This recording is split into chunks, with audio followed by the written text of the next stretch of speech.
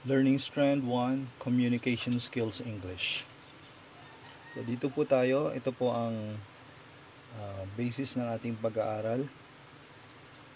Ito po ating performance standard B, to speak clearly and appropriately in English so as to function effectively as a member of the family, community, nation, and the world, and to participate in community and economic development. So guys, ito po yung ating reference. Yan. Then, yung content standard po natin is to demonstrate understanding of speech, cues for clear expressions of ideas, processes, information, and verbal or non-verbal cues for effective presentation. Ang title po ng pag-aaralan natin ay Use Different Kinds of Sentences or 4 Types of Sentences. So, ito po yung ating code po na nanggagaling sa ating curriculum guide. So guys, mga ALS learners po, ito po ang ating pre-test, part ng quiz number 1. So, meron tayong 5 items na pre-test. Tapos, sa bandang baba po ay ang post-test. Okay? So, ito po yung mga pinapakopya ko po sa inyo. Yan. So, itong pre-test and post-test. So, bali ito po ang ating lesson sa English. Okay? So, lalakihan ko lang po yung ating copy sa lesson. Yan. Okay, yan guys.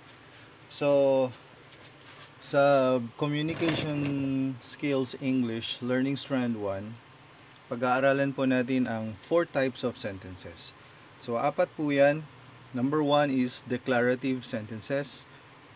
Number 2 is exclamatory sentences. Number 3, interrogative sentences. Number 4, imperative sentences. So, merong 4 na uri ng mga pangungusap, or 4 types of sentences.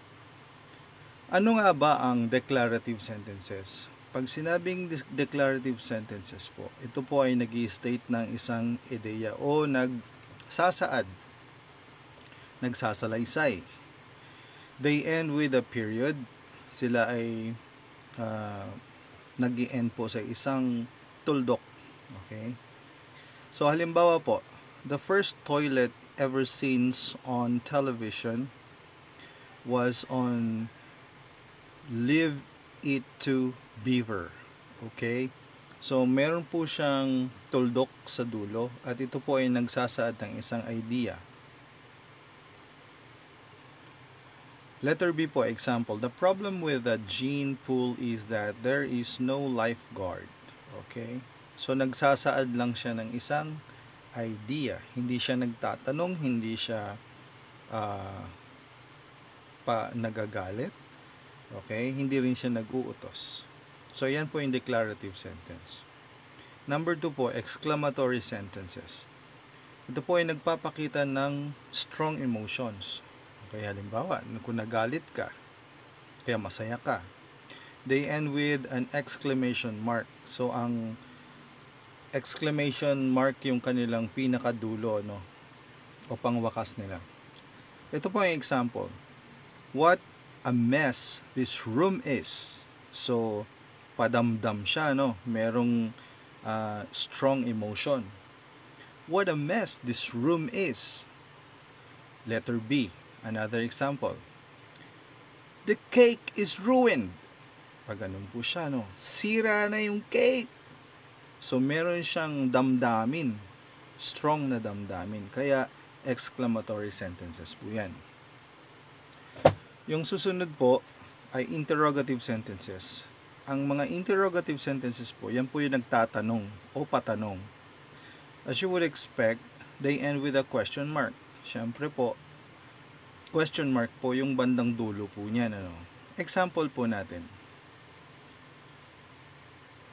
How you gonna keep them down on the farm when they've seen Paris? Medyo mahirap po yung mga example, ano? Kinuha ko lang po ito sa uh, ating pong reference po. Why is it possible to tickle someone else but not to tickle yourself? So, nagtatanong po siya, no? Yan. So, mga sa pang-araw-araw na tanong natin, pwede naman nating itanong, anong pangalan mo? What is your name? So, ganun po siya. Patanong po yan, interrogative. Number 4 po, imperative sentences. Give orders or directions. So, pautos po siya o pag nagbibigay ka ng isang direction. Ano? And so, end with a period or an exclamation mark. For instance, sit down and listen. Okay? Fasten your seatbelts when the sign is illuminated. So, o kaya magsaing ka na. Okay? So, yun, mga pautos. So, meron tayong 4 na sentences. Declarative sentences, exclamatory sentences, interrogative sentences, imperative sentences. So, guys, yan po yung lesson sa Learning Strand 1, Communication Skills, English. Okay? Learning Strand 1, Communication Skills, Filipino. Ito ang pamantayang nilalaman na isasagawa ang mapanuring pagbasa sa iba't ibang uri ng teksto, maging sa mga impormasyong nababasa sa anumang media, internet, brochures, flyers at iba pa, upang magamit ito sa pang-araw-araw na pamumuhay. So ito po yung reference natin, guys. Pwede nyo pong hanapin yan sa internet.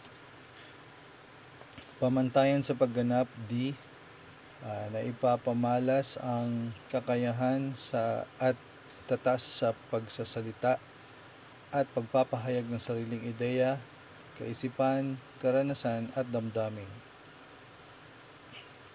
Natutukoy ang gamit ng iba't ibang bantas. So ito po ang ating code mula sa ating curriculum guide.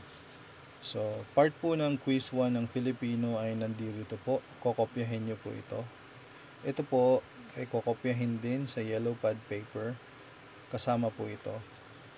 Ito po yung lesson natin, hindi po yan kasama sa kinokopya natin. Ito po ay post-test po. Kokopyahin din po ito. So, ito po yung ating pag-aaralan ngayon ng mga bantas. Okay? Kuha lang tayo ng medyo malaking kopya. Ayan guys, nakikita nyo naman. No? Okay. Ang pag-aaralan natin ngayon ay tungkol sa mga bantas. So, ang mga bantas o sa Ingles po ay punctuation. Okay?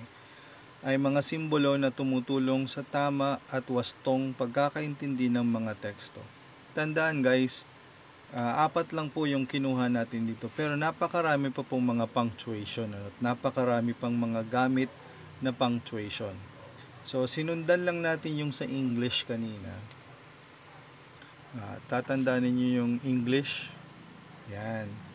Declarative sentence, exclamatory, interrogative sentence, imperative sentence. So, ito po ay gumagamit ng period o tuldok, exclamatory sentences, o exclamation mark, interrogative sentences o question mark, imperative sentences ay tuldok. So parang ganun lang din po ano. Pero po marami pa pong gamit ang mga iba't ibang bantas. Para lamang po sa kaalaman po natin ay yung simple lang po muna ano po. Okay. Kabilang sa mga bantas ay ang mga sumusunod: tuldok o period, tandang pananong o question mark, tandang padamdam, or exclamation point, quit, or comma. So, ito po yung mga gamit. Ang tuldok ay ginagamit na pananda. Kanina po sa declarative sentence po na pinakita ko sa inyo sa English, kapag ang pangungusap ay nagsasaad ng ideya o nagsasalaysay, ang ginagamit po ay tuldok. So, ito po yung bantas. Halimbawa, si Kailin ay isang magandang binibini. Ang ginagamit po sa bandang hulihan ay tuldok. Okay, nakikita nyo ba guys? Ilapit natin. Yan. Ganyan po. Okay. So, yan. Kaya naman siguro, no? Ginagamit ang tandang pananong or question mark sa pangungusap na patanong. Halimbawa, ano ang pangalan mo? So, patanong po yan, ano? Sasama ka ba? So, yan po. Napakadali lang naman, ano? Ginagamit dyan ay ang tandang pananong o question mark. Ang bantas na tandang padamdam o exclamation point ay ginagamit sa hulihan ng isang kataga, parirala, pangungusap na nagsasaad ng matinding o masidhing damdamin. Okay, hindi nakalagay yung examples dito, ano? Pero halimbawa, nabasag ang baso, ganon. O kaya, ay, nahulog, ganon. So, marami po.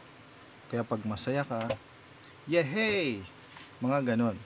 So, tandang padamdam. Kuwit. Saan naman ginagamit ng kuwit? Ang kuwit ay ginagamit sa mga gatong kaparaanan. Isang example lang po, no? Sa paghihiwalay ng magkakasunod-sunod na salita o lipon ng mga salita na magkakauri. Halimbawa, kumain ka ng itlog, gulay, at sariwang bungang kahoy. Okay? So, halimbawa mo do, itlog, gulay, at saka sariwang kahoy. So, itlog, gumagamit ho tayo ng kuwit.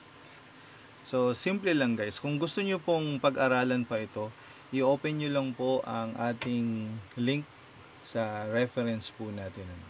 So, for now po, sa ngayon ay pag-aralan natin tong simpleng part po ng ating Filipino. Okay? So, dyan po nagtatapos ang Learning Strand 1 Communication Skills Filipino.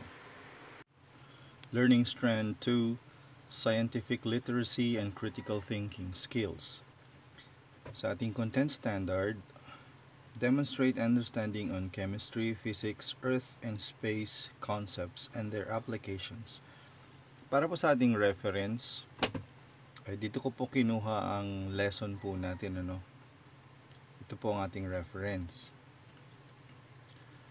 Performance standard F po is to employ physical science concepts that contribute to sustaining life. So, anong gagawin natin? We need to describe how light, heat, and sound affect the quality of life. So, ito po ating code from our curriculum guide.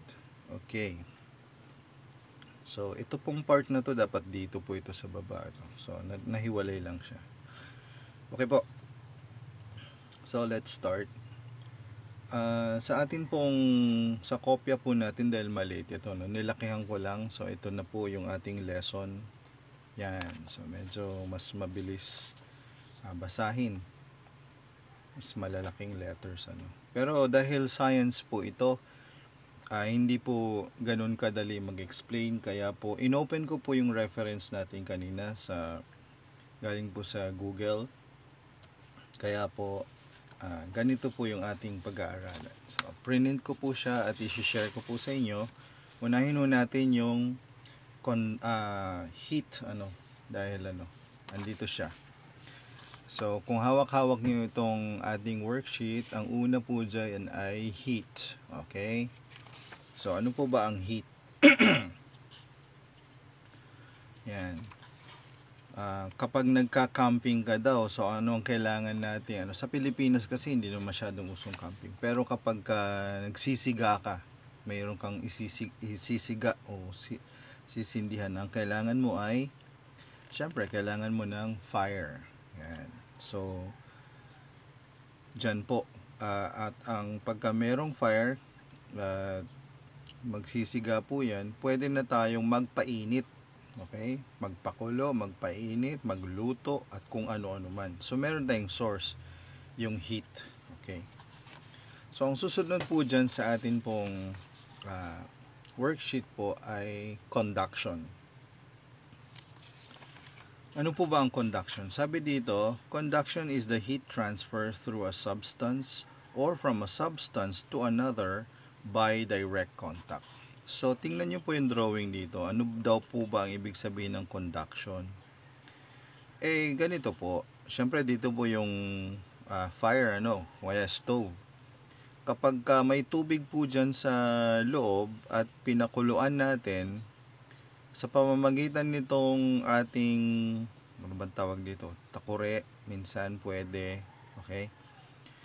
Kukulo po siya dahil ito po ay isang conductor. Okay. So, yan yung una po, conduction. So, nagkakaroon ng heat transfer. Yung napapakuluan natin. Yan ang nangyayari sa totoong buhay. Ganun lang po kadali yung conduction. Ang susunod naman dito ay convection. Ano naman yung convection? Okay? Convection, basahin po natin. Ano po? Okay.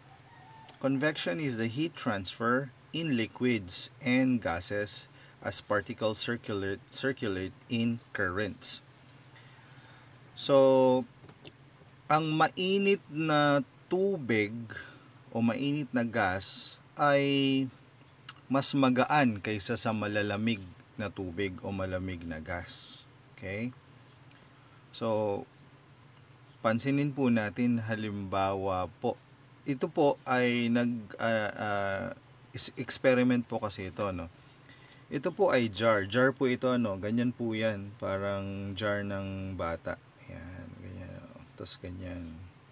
Yan, parang hindi kasi halata, Itong jar na ito, pinuno nila ng hot water. Hot. Tapos, yung isang jar naman ay pabaliktad naman. Nilagay nila dito. Paganyan. Paganyan, okay. Ito naman, nilagay nila ng cold water. Tapos nilagyan nila ng harang dito na card. So, puno ng tubig ito, puno ng tubig ito. Pag tinanggal mo yung card, lahat ng cold water bababa, lahat ng hot water tataas. So, ganun po yan, Pansin po ninyo pag naliligo kayo ng dagat, Pag tanghaling tapat, mainit yung ibabaw, malamig yung sa ilalim. Ganun po siya. Tapos po, kahit yung sa aircon, 'di ba? Pag ang aircon pag nasa double deck ka, mainit yung taas. Hindi kasi ang unang inaano ng gas is yung lamig sa baba. Okay? So, ang tawag po dyan ay convection. Next po, radiation. Okay? Ano naman po ang radiation? Radiation is the transfer of heat through space in form of waves. Ito po yung drawing po dito. Paano po ba yung radiation? Dito yung source of heat natin, yung sun. Bakit umiinit yung araw? Dahil po yan sa travel of heat. May radiation po. Hindi po natin nakikita, pero umiinit po yung bahay natin kapag tanghali. So, yan po. Radiation. Transfer din ng heat through space or form of waves. Okay po. So, yung susunod po nating topic ay tungkol po sa light. Yan. Light naman po. Andito pa rin tayo sa sa worksheet natin. So, ano po ba yung light? Light is energy that travels in waves and is produced by hot, energetic object. Katulad po nito po. So, kapag uminit po yung filament sa loob, iilaw po yan. Yan yung original concept ng light bulb. Siyempre, kailangan mo ng electricity, Parang babaga kasi yan. Pag bumaga yan, iilaw na siya. So, nagkakaroon ng light. So, ganun po yan. Next po ay sound. Okay? Nandito na tayo sa sound. Ano naman po ang sound?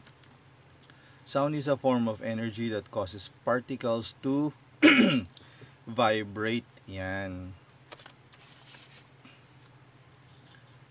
So, kapag meron kang ginawang sound, kinalampag mo, magkakaroon yan ng vibration. So, yun po yung sound. So, vibration. Ano naman po yung vibration? Susunod po dyan yung vibration. Ito po ay rapid movement back and forth. Yan. Kapag may bumagsak, ganyan. Tapos, hindi natin nakikita yung vibration. Kaya mo naririnig dahil may vibration. Yan. Naririnig natin kahit dito sa sound ng cellphone. May vibration po yan. Okay. So, susunod po ay pitch, no? Andito, pitch. Ano naman po yung pitch? Pitch is the highness or how high or how low a sound is. Yan. So, paano ba natin malalaman? Ito, ang example kasi dito is musical instrument, ano? Pero, alam ko na. Yung kapag yung ito katulad nito, pagka may baso, pag puno ng tubig, matining ba? Pag hindi puno ng pasensya na po, nalilito ako. Kapag nagkakamali yata. Tingnan ko tong kape, no? Kung ano yung ano. Siguro kapag kapuno ito, mas matining o mas ano. Experiment nyo na lang, ne. Hindi ko sasabihin. Okay. So, last is absorption. Ay, hindi pa pala last. Absorption. Ano po ba yung absorption? Nandito pa rin tayo, ha? Absorption is the ability to take or dampen, soak up any noise so people can study quiet surroundings. Kapag gusto mo ng hindi maingay, hindi mo naririnig yung sa labas, o dilagyan mo ng dingding yung ano mo, lugar mo para hindi maingay. So yan po, absorption po ang tawag dyan. Minsan, kung takpan mo ng kurtina para hindi talaga lumulusot yung ingay. O kaya minsan, para hindi talaga maingay, lagyan mo ng carpet. Okay, so absorption po ang tawag dyan. Para ma-lessen natin yung noise. Okay, so next po, dito sa ating pinag-aaralan, reflection naman. Ano po ba ang reflection? Ang reflection po, sabi niya, is the bouncing back of light waves from a surface. So kung merong ilaw at magta-travel yan yung ilaw. Ngayon, ang pinakamagandang example dyan ay yung mirror. Kapag flinashlightan mo yung salamin, syempre pag dito yung flashlight mo, magbabounce papunta dun. Okay, alam nyo na yan, hindi ko na explain masyado. Yung susunod po natin ay refraction or refracted. Energy can be refracted. So refraction yan. Ito yung example dito, sabi niya, yung lapis hindi naman talaga baliko, hindi siya nakabend, kundi dahil sa tubig parang may illusion siya na parang baliko yung lapis. Ang tawag po dyan ay refraction. Okay, last po ay prism. Ano po ba yung prism? Kapag po yung light dumadaan sa isang bagay katulad ng salamin, ganyan, pag tuloy-tuloy siya, nagcreate po siya ng rainbow. Ayan po. Ayan lang po kadali. At yan po lahat ay makikita natin yan sa totoong buhay, nangyayari lahat ito. So yan po ang ating pag-aaral ngayon. Ito po yung scientific and critical thinking skills, scientific literacy and critical thinking skills. So pinapakopya ko sa inyo to, ito at saka ito. So ito po yung ating pag-aaral tungkol sa Learning Strand 2. Learning Strand 3, mathematical and problem-solving skills. So sa ating content standard, ito po ay numeracy skills. Ang ating pong reference ay ito po. Pwede ho natin i-type yan at makikita po natin yung ating pinag-aralan. So ito pa po. Okay. So performance standard A, show desirable attitudes and values in the application of mathematics in daily life. Yan. So sa ngayon ay mako-compare natin ang fractions at saka yung kanyang symbols. So ito ang ating quiz 1 pre-test at andito naman po yung quiz 1 post-test. Okay.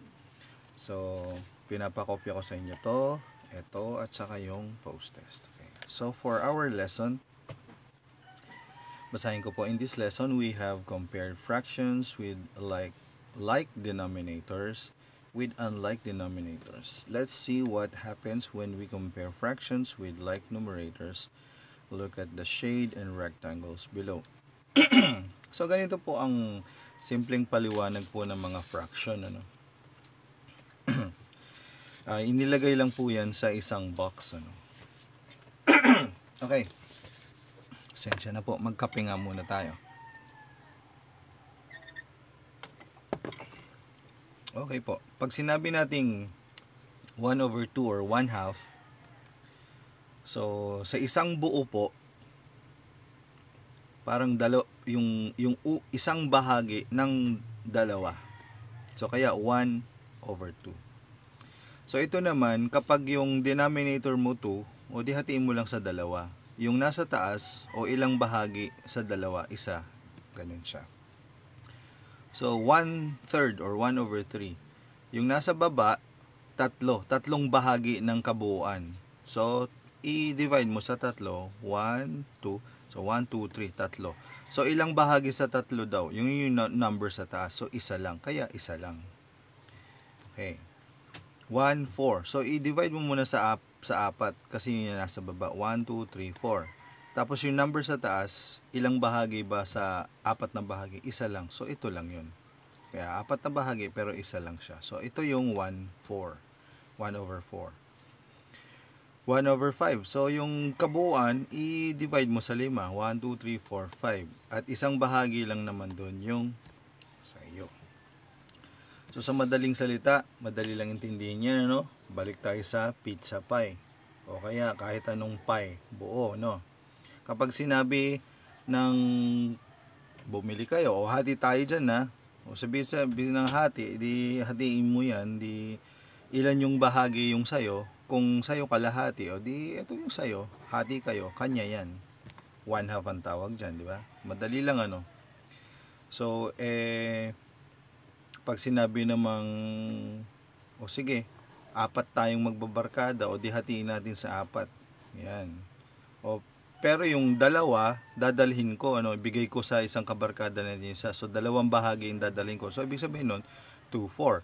So, itong kukunin mo. Hindi sa'yo lahat yan. Hati rin kayo nung kung sino mang kaibigan mo. So, 2/4 ang tawag dyan. 2/4. So, ganyan po, no? Ganyan. Pero, halimbawa, hinati mo sa 4. Okay? O, pero 4 din yung sayo, o di 4/4. Hinati lang siya, nakaslice, pero sayo lahat yan. Ganun. Buo sayo. O, halimbawa, 8 yung baba, o di hinati yung pizza sa 8. O pero dadalhin mo rin yung 8, pinahati mo lang, o di sa'yo lahat yan. Anong pinagkaiba nitong dalawa? Pareho lang, pinagkaiba lang yung hatian sa baba. Okay, ganyan po yung sa totoong buhay pagdating sa ganyan. So halimbawa ito, 4/4. Mali po ito guys, sorry po, equal sign po yan. No? Bonus na lang yan.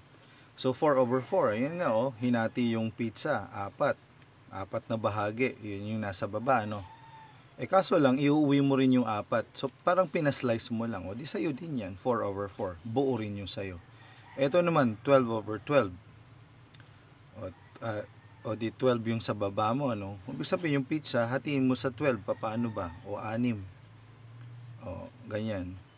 O, ganyan, mas maraming hatian. O, pineslice mo ng 12, pero iuwi mo rin yung 12, o di sa'yo din lahat yan.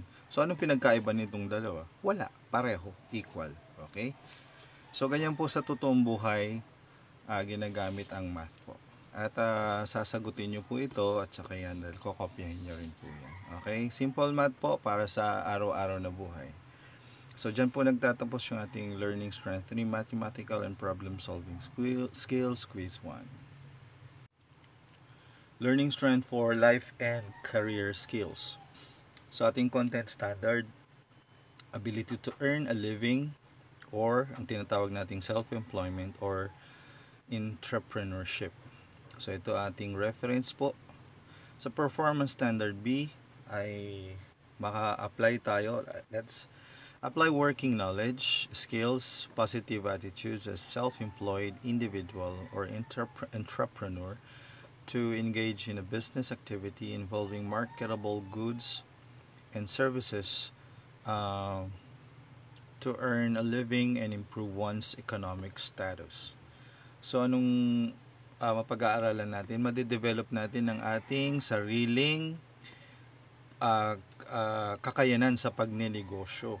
Okay? O sa paghahanap buhay gamit ang sarili nating kaparaanan. Maging negosyo man yan o services man yan. So ito ang ating quote galing sa curriculum guide.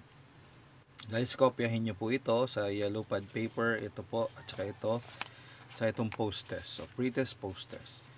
Ngayon po ay pag-aaralan natin ngayon ang pagde-develop po ng personal entrepreneurial competencies o kaalaman. Ano ang kailangan nating malaman sa sariling o sariling hanap buhay o sariling negosyo. Okay. So kung ikaw ay magnenegosyo o ikaw man ay magtatayo ng service, ano po ba 'yon? Negosyo, halimbawa sari-sari store o kaya convenience store.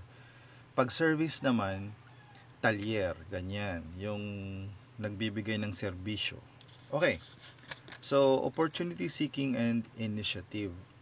Yan yung number 1 na dapat natin matutunan. Entrepreneurs seek opportunities and take the initiative to transform them into business situation. Ang mga negosyante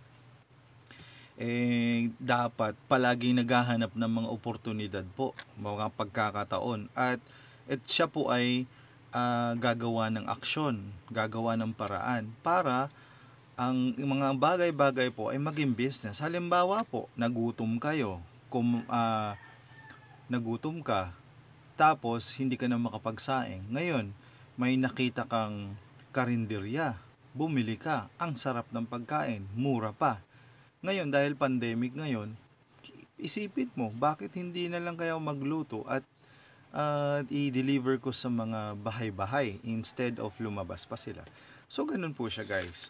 Opportunity seeking initiative. So, kailangan gawa ka ng paraan at hanap ka rin ng mga oportunidad para kumita. Pangalawa po, persistence. When most people tend to abandon in an activity, successful entrepreneurs stick with it. Kailangan meron kang lakas ng loob, persistence. Huwag kang nadi-discourage kapag hindi nag-click o naging successful sa unang try. Huwag mo daw iwanan yung iyong nasimulan. Commitment. Okay, kailangan mo ng commitment pag nagnenegosyo ka. Entrepreneurs keep their promises, no matter how great the personal sacrifice. Pag sinabi mo, halimbawa, meron kang service sa'yo, service.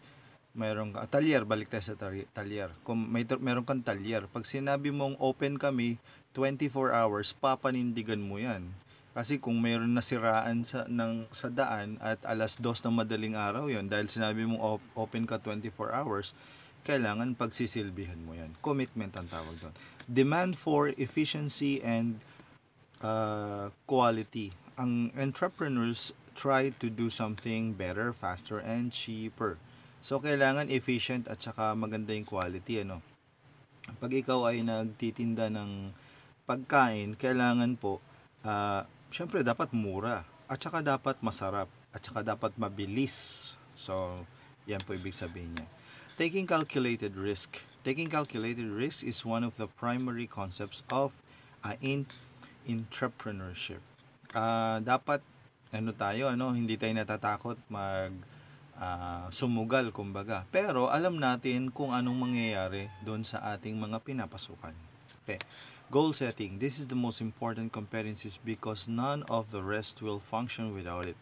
Entrepreneurs set goals and objectives which are meaningful and challenging. So, kailangan po pag tayo ay nagnenegosyo na o kaya nag-set up tayo ng isang service, kailangan malinaw yung ating goal, ang ating patutunguhan. Dapat in 5 years time, mapalaki ko to, makapag-save ako ng ganitong pera para lumago itong negosyo. Yan po. Susunod po ay information seeking. Entrepreneurs gather information about their clients, suppliers, technology, and opportunity. Tayo po ay kailangan po nag-i-improve.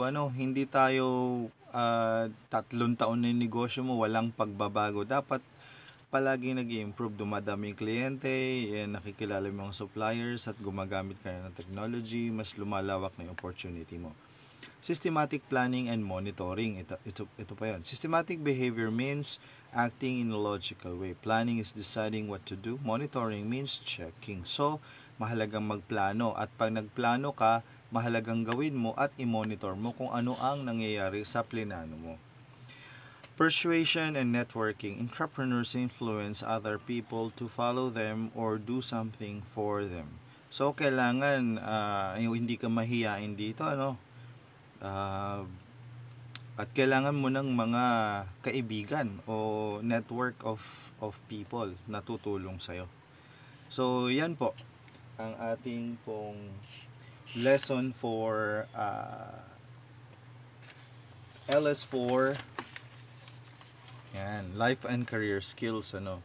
Tatandaan nyo po, kopyahin nyo lang to sa yellow pad paper, itong quiz 1, and then pre-test and then post-test. So, ito po ay hindi na po isusulat. So, yan po, dyan po nagtatapos ang Learning Strand 4, Life and Career Skills. Learning Strand 5, Understanding the Self and Society. Content Standard, Knowing and Caring about our Environment. Para sa ating reference, ay pwede po nating i-request sa akin ang reference po, or pwede nyo pong i-type. Pwede naman. Performance Standard F, develop appreciation and take actions or action toward concern for environment. So, sa lesson natin ngayon ay dapat may describe ang mahalagang features ng isang barangay. Or kasi ang pag-uusapan natin ay disaster preparedness, ano. Kaya dapat akma sa ating sitwasyon, kanya-kanyang sitwasyon sa ating mga barangay.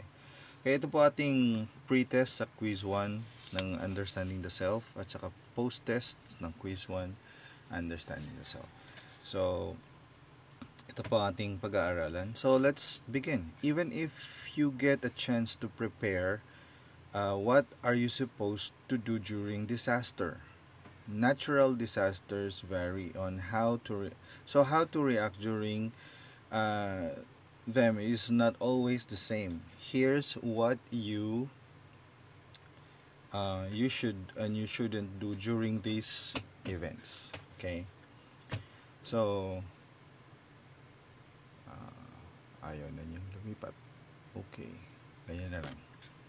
So, earthquakes. Kapag may lindol sa inyong lugar, ito yung dapat gawin. Do's. Move away from all glasses and breakable objects. Kailangan umiwas po sa mga glass window, ganyan.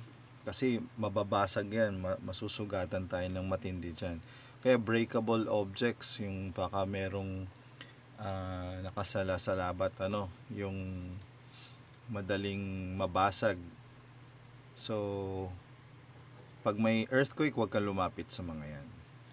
Identify safe places. So, kailangan alam na natin kung saan tayo pupunta kung may matinding paglindol, ano. Kailangan dun sa matitibay na struktura. Kapag may gumuho at dun ka sumilong ay hindi siya ito masisira. Kung matibay po yung ano po ninyo, yung inyong sala, di dun kayo pumunta, ano. Kung anong matibay na lugar, minsan kasi iba-iba yung pagkakagawa ng ating mga tahanan, ano. Depende po. Lalo na yung may mga biga, doon kayo pumunta, no, yung safe talaga. Hide under a strong desk or table. Cover your head and neck. Ito po pinag-aaralan natin sa eskwelahan, ano. Pwede kang mag-dock sa ilalim ng desk or table. Be sure to stay in secure location until you are told it's safe. So, minsan, matakbo yung mga tao sa basketball court, sa open field, iniwan nila yung mga bahay. Depende po, ano, kung sa inyong barangay, kung saan madaling puntahan. Pagkatapos ng earthquake, syempre, lalabas tayo ng bahay. If needed, locate your emergency kit. Ito po, mahalaga po sa bahay, ano, kailangan may nakahanda po ng mga emergency kit po natin. So, ano po naman po ang hindi dapat gawin kapag may sakuna at tulad ng earthquake? Ito po, move around or try to outrun the situation. Habang naglilindol, takbo ka ng takbo at hindi mo alam kung anong gagawin mo, huwag niyo pong gawin yon.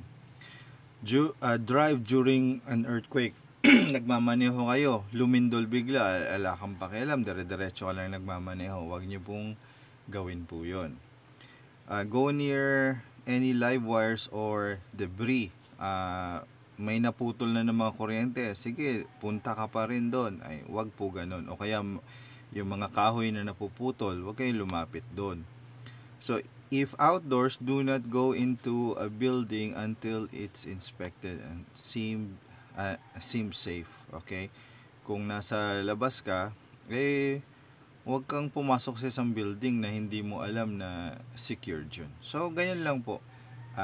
Kadali. So, imagine niyo lang po kung merong lindol sa lugar ninyo, kung ano ang mga dapat gawin. O kaya, pag may sunog, o kaya pag may bagyo. Ganyan po. So, ito po yung ating Understanding the Self and the Society, Learning Strand 5. Learning Strand 6, Digital Literacy. Content standard po natin ay Digital Concepts. So, gusto nyo po i-check itong reference, pwede rin po. So, Performance Standard A, explain the basic concepts related to the use of information technologies or ICTs in an increasingly digital world. So, ang gagawin po natin ngayon ay madi-describe natin. We can describe the computer and its characteristics. Okay, so ito pong ating code from the curriculum guide. So, ito pong part na to ay pinapakopya ko po sa inyo. Ito rin po, itong pre-test, quiz 1 pre-test, at yung post-test. Okay? So, kopyahin po natin yan sa yellow pad paper and then answer po ninyo doon na rin po. So, we have here central processing unit, memory, mass storage device, input device, output device, workstation, mini computer, and mainframe. So, para po mas maintindihan natin ay nag-print po ako ng ating pictures. Okay, so pwede na nating pag-aralan, ano? So, ang sabi dito sa CPU or Central Processing Unit, sabi niya, it is the heart of the computer. This is the component that actually executes instruction organized in programs or software which tell the computer what to do. So, ano po ba ang CPU? Ito po, itong maliit na bagay na ito. Yan po ay CPU ang tawag dyan. Trabaho po niya, yan po ang pinakapuso ng ating computer. Okay? Yan po ang bagay na nag-uutos o nagbibigay ng instruction, ano? Nag-o-organize ng mga programs. Ayan po. Yan ang nagsasabi kung ano ang gagawin ng computer ninyo. Okay, next po. Memory. Ito po ang sinasabi nating memory. Tignan niyo po yung picture ng memory. Ano po ba ang memory? Memory is fast, expensive, short-term memory. Okay? Enables a computer to store at least temporarily data, programs, and intermediate results. So, yan po. Base sa salita niya, yan po ay lalagyanan ng kung ano-ano mang mga data na meron tayo. So, ganyan lang po siya kaliit, ano. Susunod po, mass storage device. So, familiar kayo sa picture na yan, ano. Mass storage device is slower, cheaper, long-term memory. Allows a computer to permanently retain large amounts of data and programs between jobs. Common mass storage devices include disk drives and tape drive. So, ito po ay isang example ng mass storage device o kilala natin bilang flash drive or USB. Yung mga technicalities po ay hindi na natin masyadong pag-aaralan. Okay? So, input device naman tayo. Ano ba yung mga input device? Ang input device, usually a keyboard and a mouse, and input device is the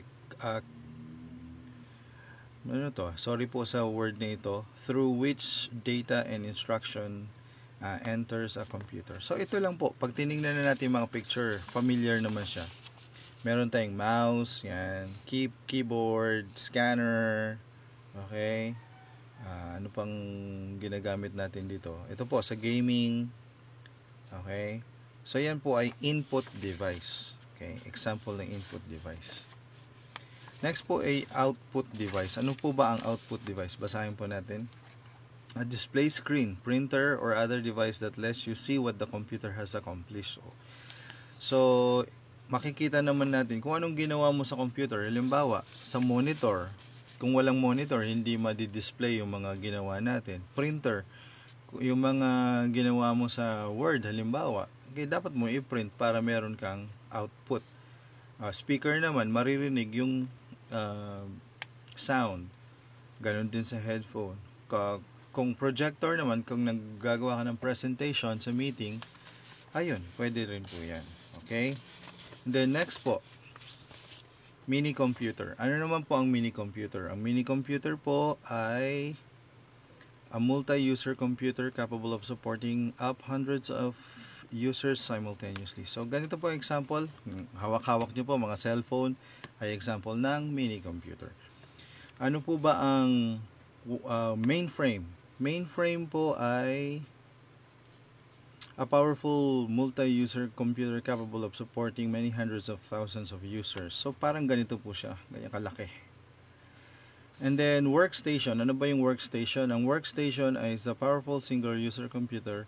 Workstations is like personal computer. So, ganyan po. At least may idea tayo, no? Kung ano yung characteristics o madi-describe natin ang computer ngayon. So, yan po ang atin pong lesson sa Digital Literacy Learning Strand 6.